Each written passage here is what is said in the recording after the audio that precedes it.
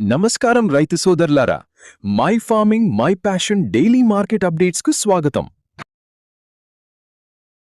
కందులు.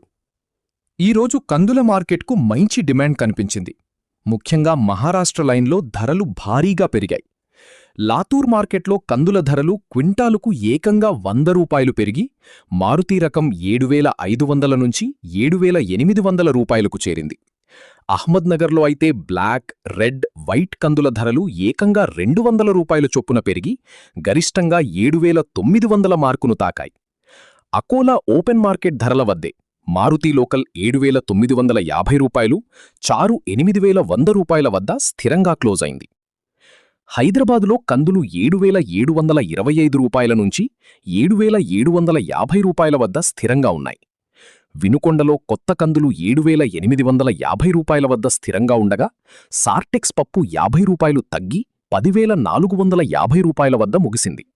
మాచెర్లలో పొదిలి కందులు 7,950 రూపాయలు మరియు ఖమ్మంలో 7,300 రూపాయల వద్ద ధరలు మారలేదు. తాండూరులో కందులు 6,700 రూపాయల నుండి 7,950 రూపాయల మధ్య ట్రేడయ్యాయి.